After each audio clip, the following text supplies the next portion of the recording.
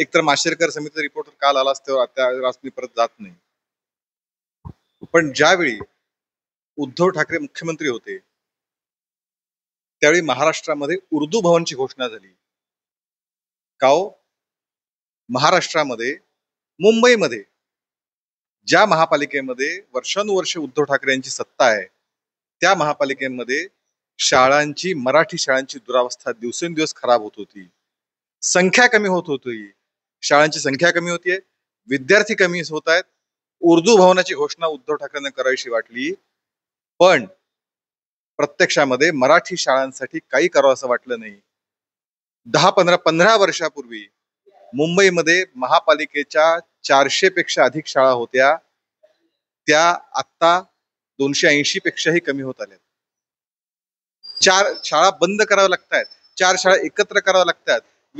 मराठी विद्यार्थ्यांची संख्या 1 लाखापेक्षा अधिक होती, ती आता जेमतेम 35,000वरती आली. 33,000 आणि काहीतरी आकडा आत्ताच आहे. मराठी शाळेबद्दल उर्दू भवनची घोषणा करताना मराठी शाळांबद्दल काही करावं असं वाटलं नाही, त्याच्याबद्दल चांगलं काही करायची इच्छा झाली नाही. हे तुमचं मराठी प्रेम आहे. हे मराठी प्रेम नाही, हे पुतना मावशीचं प्रेम आहे. काल तुम्ही घोषणा केलीत, GR जाळा म्हणून सांगितलं. कोणता GR? ज्यामध्ये मराठी सक्तीची केलेली आहे, तो GR जाळायला सांगता तुम्ही? मराठी भाषेची सक्ती असणारा GR जाळण्याचं आवाहन ते करतायत. हे तुमचं मराठी प्रेम आहे का? हे मराठी प्रेम नाही, हे पुतना मावशीचं प्रेम आहे. मराठी शिक्षकांची संख्या कमी होतीये आणि राहिले राष्ट्रवादी शरद पवार गटाचे. मला तर आश्चर्यच वाटतं. याच शरद पवार गटाने 2020 मध्ये हिंदी भाषा जोडो हा कार्यक्रम केला होता आणि हिंदी भाषा जोडो कार्यक्रमामध्ये उद्घाटन कुणी केलं होतं? जयंत पाटलांनी मुंबईमध्ये.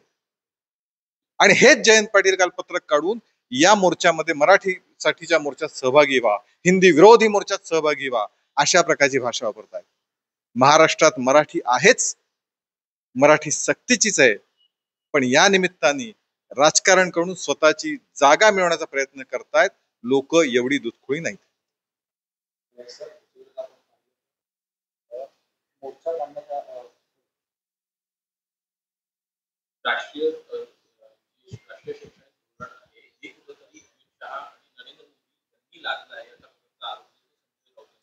हा आरोप आजच काय करावा असं वाटतोय?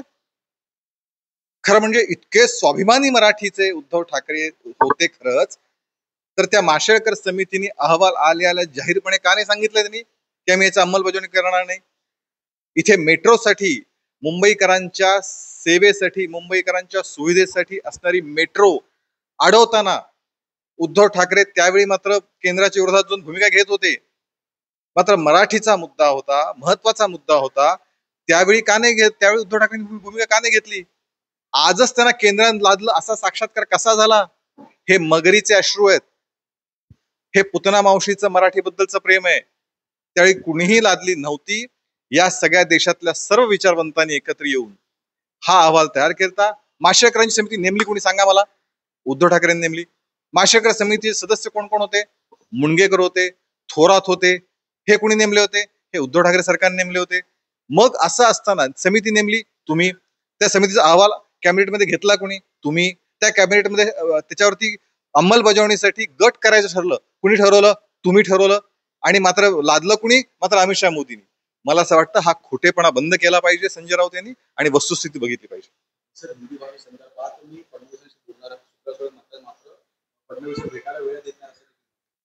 असं आहे की देवेंद्रजी महाराष्ट्रातल्या तमाम जनतेला माहितीये की देवेंद्रजी सर्वांना भेटतात. केवळ एखाद्या मेसेजवरती सुद्धा देवेंद्रजी लोकांची कामं करतात. हे महाराष्ट्रातल्या जनतेने अनेक वेळा बघितलंय. आता त्यांना भेटायचंच नसेल तर वेळ देत नाही वगैरे ही कारण ठीक आहे.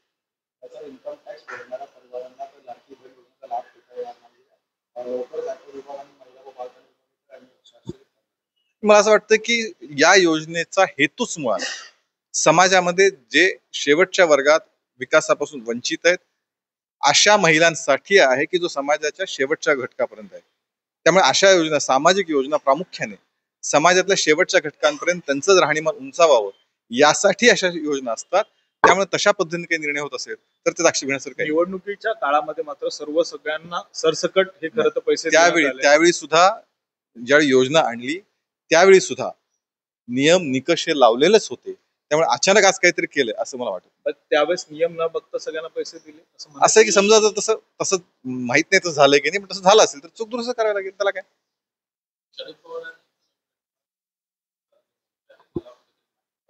मी तुम्हाला तेच सांगितलं, शरद पवारांनी मराठीच्या नावाखाली आणि हिंदी सक्ती विरोधात जो काही मोर्चा होतोय, मुळात हिंदी सक्ती नाहीच, पण तरी अशा जो मोर्चा होतोय त्याच्याबद्दल मला खरंच आश्चर्य वाटलं.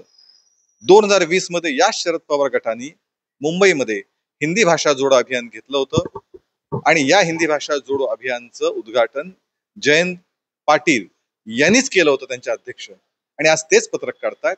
हे हास्यास्पद आहे.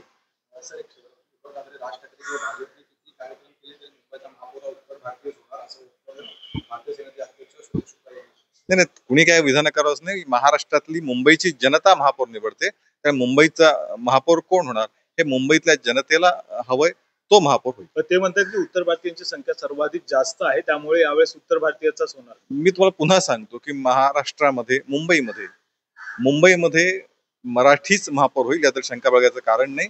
आणि मुंबईची जनता ठरवते महापौर कोण होतं.